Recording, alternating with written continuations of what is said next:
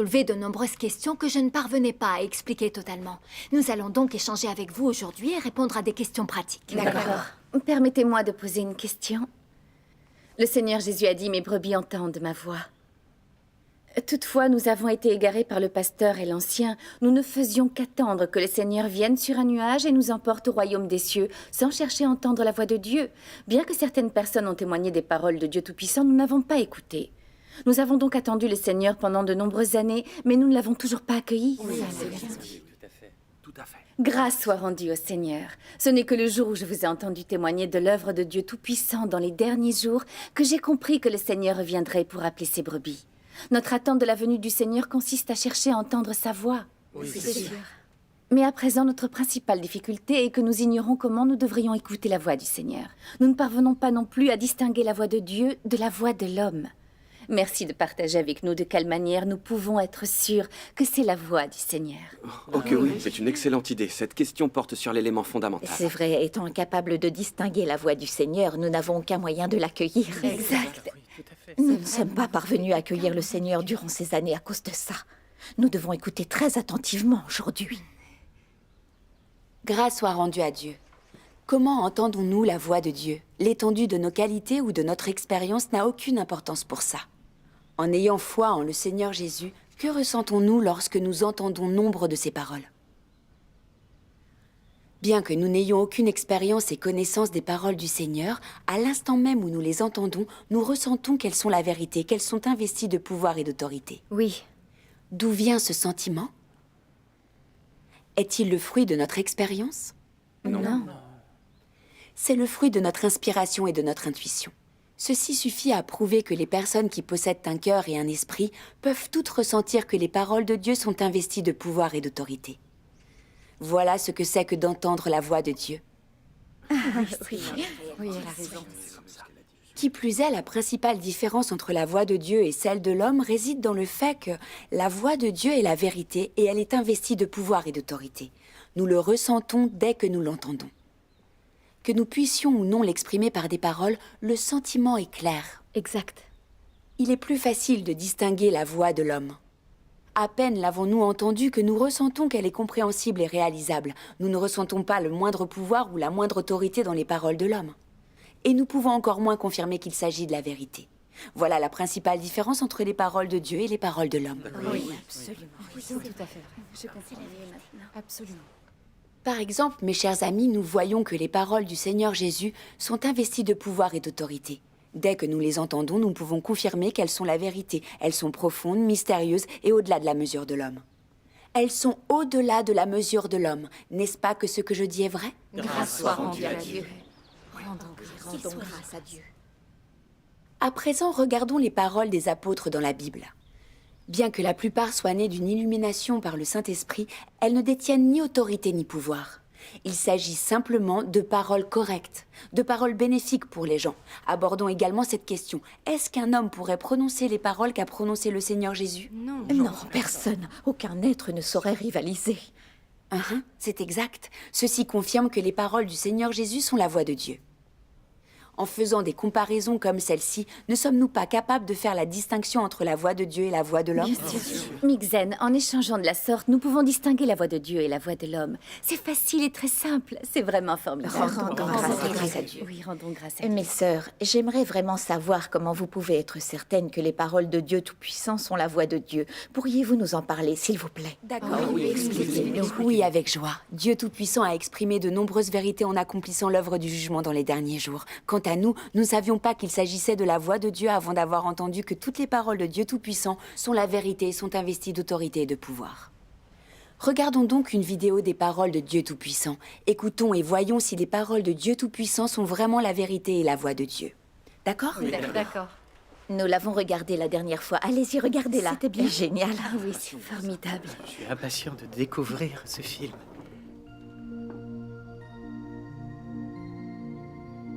Je fais mon œuvre dans tout l'univers.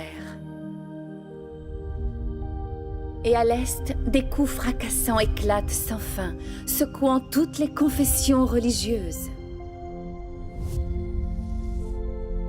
C'est ma voix qui a conduit tous les hommes jusqu'à ce jour.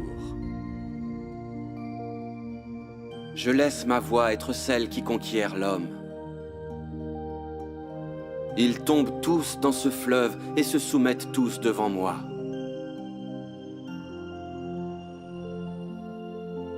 Car j'ai longtemps réclamé ma gloire sur toute la terre, et je l'ai de nouveau répandue à l'est.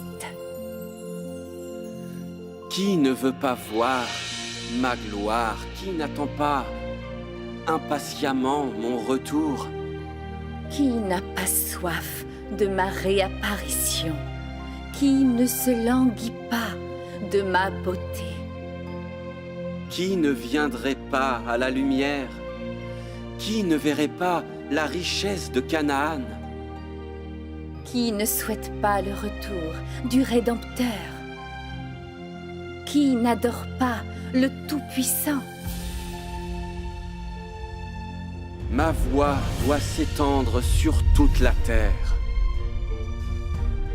Faisant face à mes élus, je veux leur dire plus de paroles. Comme les puissants tonnerres qui secouent les montagnes et les rivières. Je dis mes paroles à tout l'univers et à l'humanité. C'est pourquoi les paroles dans ma bouche deviennent le trésor de l'homme, et tous les hommes chérissent mes paroles. L'éclair illumine de l'est jusqu'à l'ouest. Mes paroles sont telles que l'homme déteste les abandonner et les trouve insondables, mais en plus, l'homme se réjouit en elles. Comme un nouveau-né, tous les hommes sont heureux et joyeux, célébrant ma venue. À cause de ma voix, je ferai venir tous les hommes devant moi. Amen. C'est formidable. Désormais, j'entrerai officiellement parmi les hommes pour qu'ils viennent m'adorer. La gloire que je donne et mes paroles font que tous les hommes viennent devant moi. Et vois que les éclairs apparaissent depuis l'Est, et que je suis aussi descendu sur le mont des Oliviers de l'Est. Ils verront que je suis déjà depuis longtemps sur la terre, non plus le fils des Juifs, mais l'éclair de l'Est. Car je suis ressuscité depuis longtemps. Je suis parti d'entre les hommes, puis j'ai réapparu parmi les hommes dans la gloire. Je suis celui qui a été adoré durant des siècles innombrables avant maintenant. Et je suis aussi le nourrisson qui fut abandonné par les Israélites des siècles innombrables avant maintenant. De plus, je suis le tout glorieux Dieu tout-puissant de l'ère actuelle. Amen. Que tous viennent devant mon trône pour voir mon visage glorieux, entendre ma voix et voir mes actions. C'est là toute ma volonté. C'est la fin et le point culminant de mon plan, ainsi que le but de ma gestion. Que chaque nation m'adore, que toute langue me reconnaisse, que tout homme se confie à moi, que tout peuple soit assujetti à moi. Amen. Ces paroles sont investies J'ai d'autorité. le sentiment qu'il pourrait s'agir de la voix de Dieu. Tout à fait.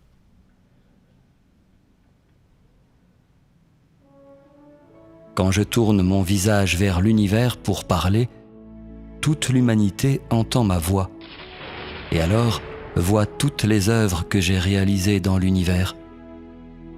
Ceux qui vont à l'encontre de ma volonté, c'est-à-dire ceux qui s'opposent à moi par les actes de l'homme, tomberont sous mon châtiment. Je prendrai la multitude d'étoiles dans les cieux et les renouvellerai, et grâce à moi, le soleil et la lune se renouvelleront. Les cieux ne seront plus comme ils étaient. La myriade de choses sur la terre sera renouvelée. Tout deviendra complet par mes paroles. les nombreuses nations de l'univers seront réparties de nouveau et remplacées par ma nation, afin que les nations sur la terre disparaissent à jamais et deviennent une nation qui me vénère.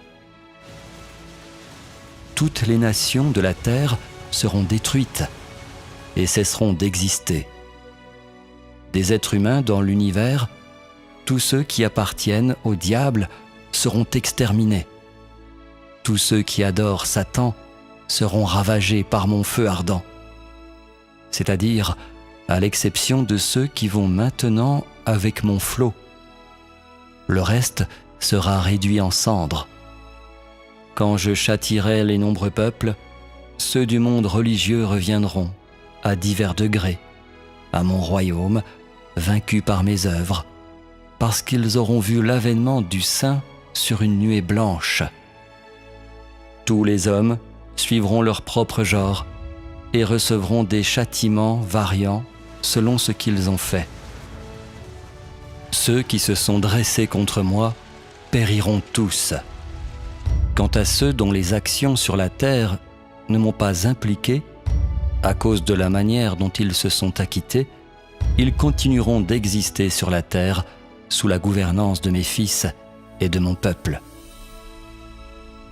Je me révélerai à la myriade de peuples et aux innombrables nations en prononçant de ma propre voix sur la terre pour proclamer l'accomplissement de mon grand travail, pour que tous les hommes puissent voir de leurs propres yeux. Grâce soit rendue à Dieu. C'est incroyable. Frères et sœurs, lisons un passage des paroles de Dieu Tout-Puissant. Rendez-vous à la page 332. J'aimerais lire. D'accord. C'est juste là. Ah. Dieu Tout-Puissant dit, « Quand j'ai créé le monde, j'ai façonné toutes choses selon leur espèce, en formant visiblement chaque chose selon son espèce. Au fur et à mesure que la fin de mon plan de gestion approche, je vais restaurer l'ancien état de la création. Je vais tout ramener à la forme originelle, tout en changeant profondément, afin que tout s'aligne de nouveau avec mon plan. Le temps est venu. La dernière étape de mon plan est sur le point d'être accomplie. Ah, vieux monde impur, tu te prosterneras sûrement devant mes paroles. Tu seras certainement réduit à néant par mon plan. Ah, myriade de choses de la création, vous allez tous bénéficier de la vie nouvelle dans mes paroles. Vous avez maintenant le Seigneur suprême. Ah, nouveau monde pur et sans tache. Tu renaîtras sûrement dans ma gloire. Ah, montagne de Sion, ne te tais plus.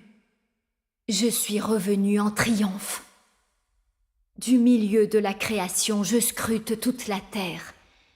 Sur terre, l'homme a commencé une nouvelle vie et jouit d'un nouvel espoir.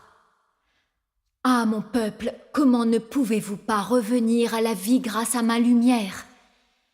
Comment ne pas sauter de joie sous ma direction?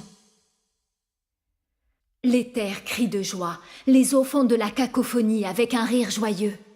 Ah, Israël ressuscité! Comment peux-tu ne pas sentir la fierté à cause de ma prédestination? Qui a pleuré? Qui a gémi?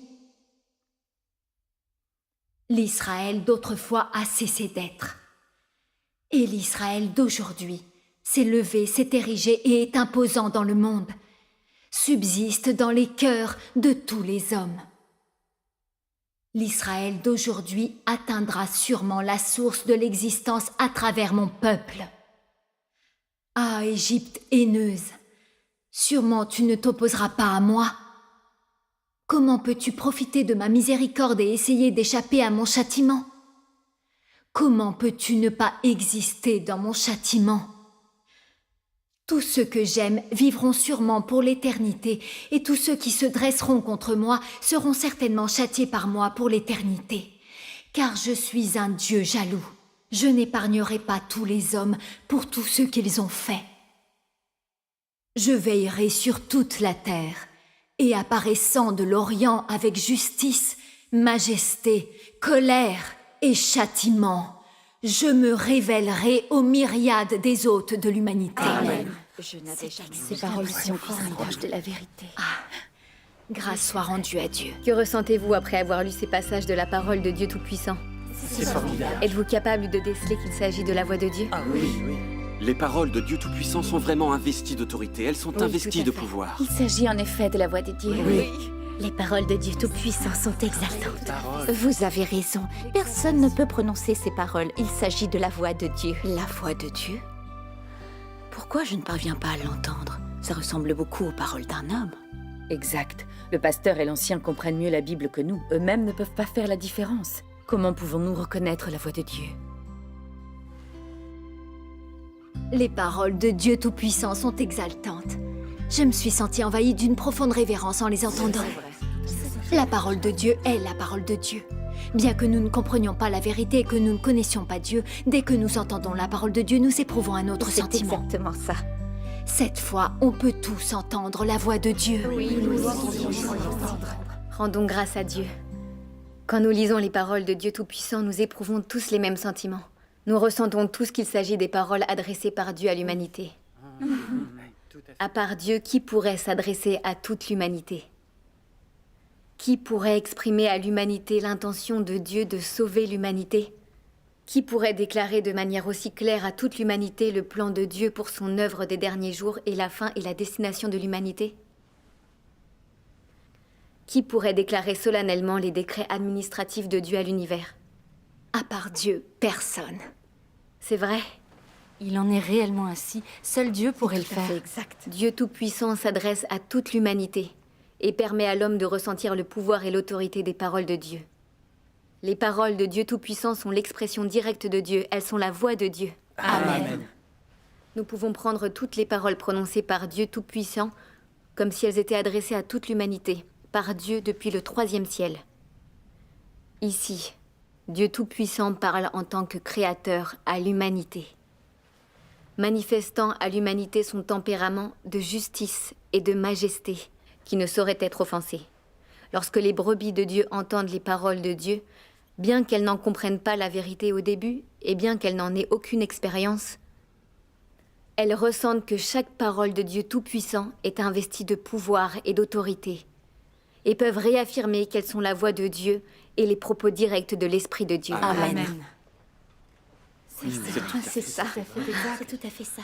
Les élus de Dieu n'ont besoin que d'entendre les paroles de Dieu pour affirmer qu'il s'agit de sa voix.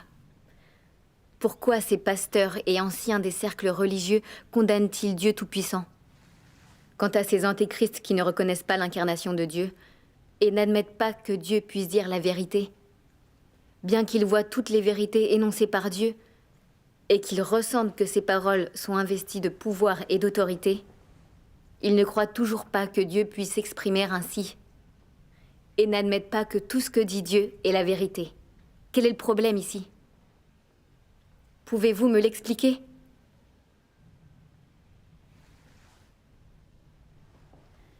Dieu Tout-Puissant, incarné dans les derniers jours, s'adresse à toute l'humanité. Mais combien d'entre nous peuvent entendre la voix de Dieu? Il y a à présent de nombreuses personnes dans les cercles religieux qui voient que Dieu Tout-Puissant s'exprime, mais qui en l'entendant ne peuvent pas reconnaître qu'il s'agit de la voix de Dieu. Ils traitent même les paroles prononcées par Dieu comme des paroles humaines et vont jusqu'à utiliser des conceptions humaines pour le juger, le calomnier et le condamner. Ces personnes ont-elles un cœur qui craint Dieu? Non, c'est Non, sûr. certainement pas ça. Ne sont-elles pas semblables aux pharisiens du passé? Elles haïssent toute la vérité et condamnent Dieu. Oui, c'est vrai. Oui, c'est vrai.